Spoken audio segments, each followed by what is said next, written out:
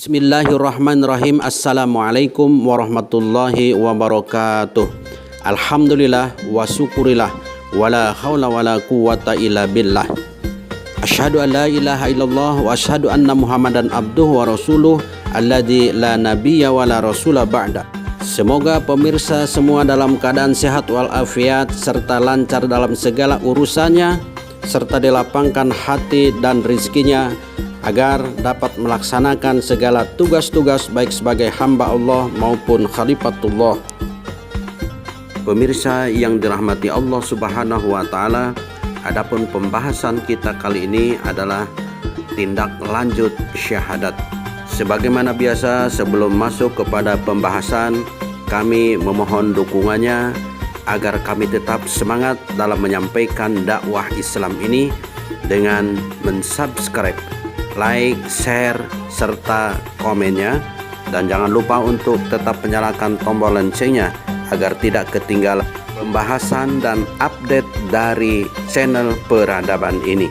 Pemirsa yang dirahmati Allah Subhanahu wa taala, sebagai rukun Islam yang pertama, syahadat mengawali keabsahan keislaman seseorang. Jaminan keislaman seseorang pertama-tama diukur dari syahadatnya.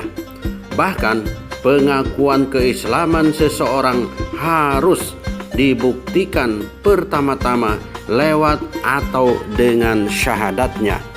Namun selama ini posisi syahadat yang begitu penting, begitu strategis, begitu prinsip, sering dipandang ringan.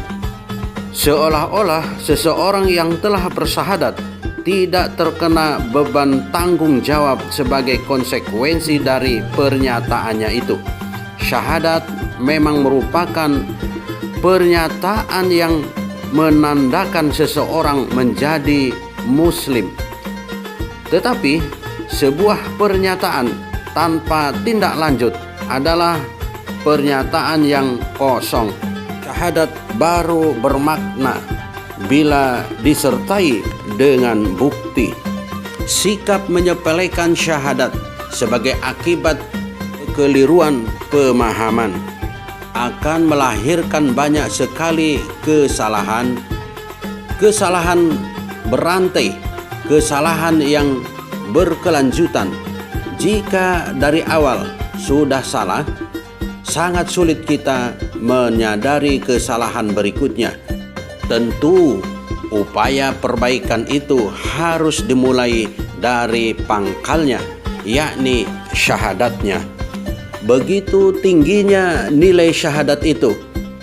Berikut ini adalah bukti nyata yang telah diperagakan oleh para sahabat di tengah-tengah kehidupan mereka setelah mereka mengucapkan syahadat la ilaha illallah. Menjelang berkecamuknya perang Uhud tahun 3 Hijriah, seorang yang bernama Ammar bin Thabit bin Waqshi datang langsung menghadap Rasulullah SAW, menyatakan diri ingin masuk Islam. Begitu usai mengucapkan dua kalimat syahadat la ilaha illallah Muhammadur Rasulullah, Ammar bin Thabit langsung ikut perang Uhud. Allah Subhanahu wa taala ternyata menakdirkan mu'alaf ini tewas di medan Uhud. Seusai perang, Rasulullah SAW berkata kepada para sahabatnya yang masih hidup, "Ingatkah kalian tahu tentang seorang yang akan dimasukkan ke dalam surga, padahal tidak pernah sholat, puasa, dan tidak pernah melaksanakan ibadah-ibadah lainnya?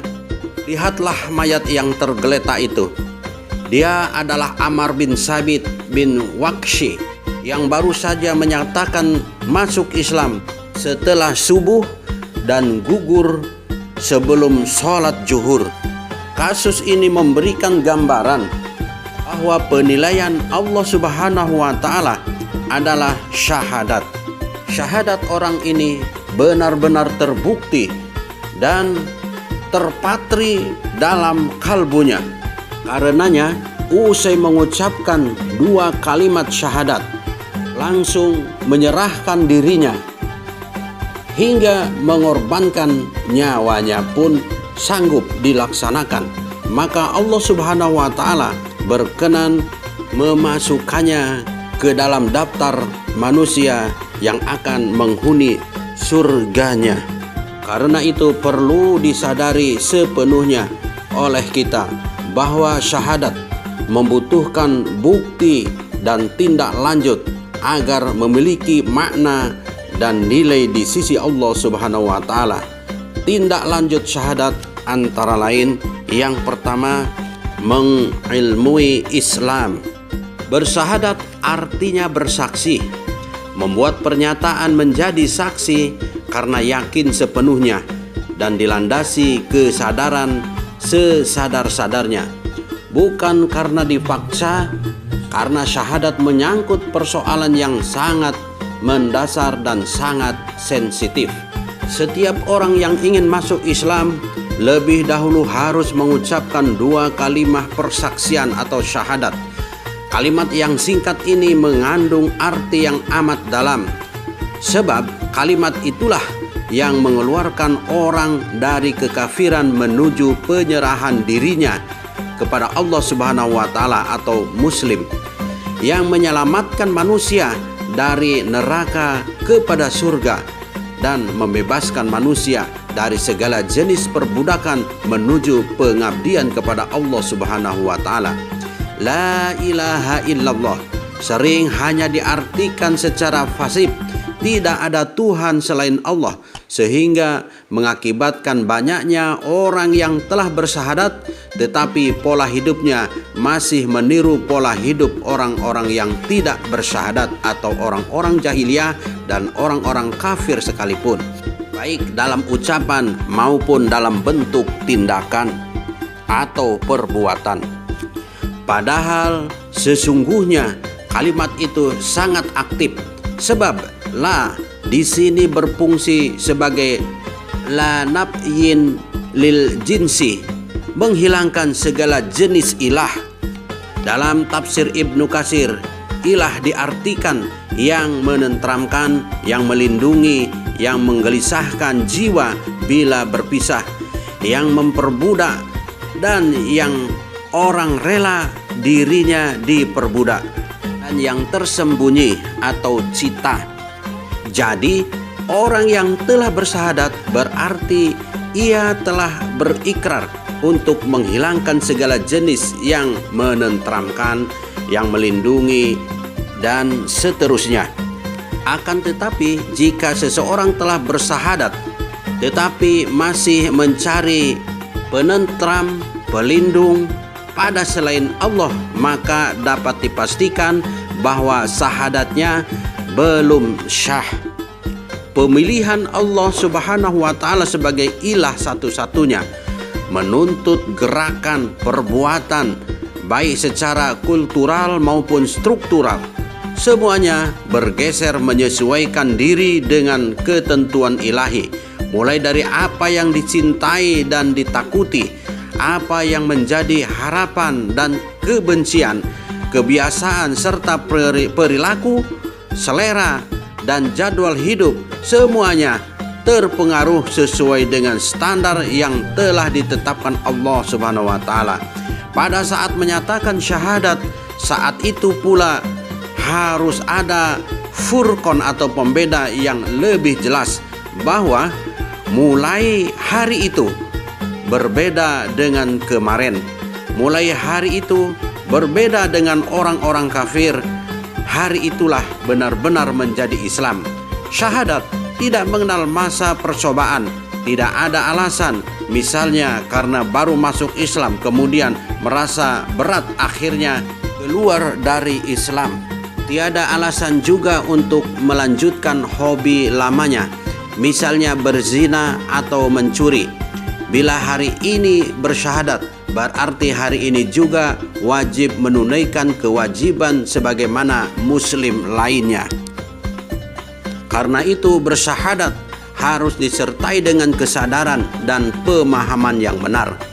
Mereka harus mengerti persis apa arti syahadat itu baginya, harus siap menyesuaikan diri terhadap tuntutan syahadat tersebut. Syahadat adalah ibarat pondasi sebuah bangunan yang sangat menentukan ketegaran dan daya tahan bangunan itu. Bagaimana kekuatan yang dimiliki bangunan yang dibangun di atasnya sangat bergantung pada pondasinya. Dengan kata lain, jika diumpamakan rukun Islam, syahadat, salat, puasa, zakat, dan haji itu sebagai bangunan Islam, maka kekuatan salat, puasa, zakat, dan haji tergantung sejauh mana kekuatan syahadatnya. Karena pemahaman syahadat secara benar menjadi sangat penting. Hal ini bisa dilakukan bila seseorang setelah bersyahadat dilanjutkan dengan mengilmui Islam agar dapat melakukan tindak lanjut syahadatnya secara benar. Wallahu a'lamu bishawab. Assalamualaikum warahmatullahi wabarakatuh.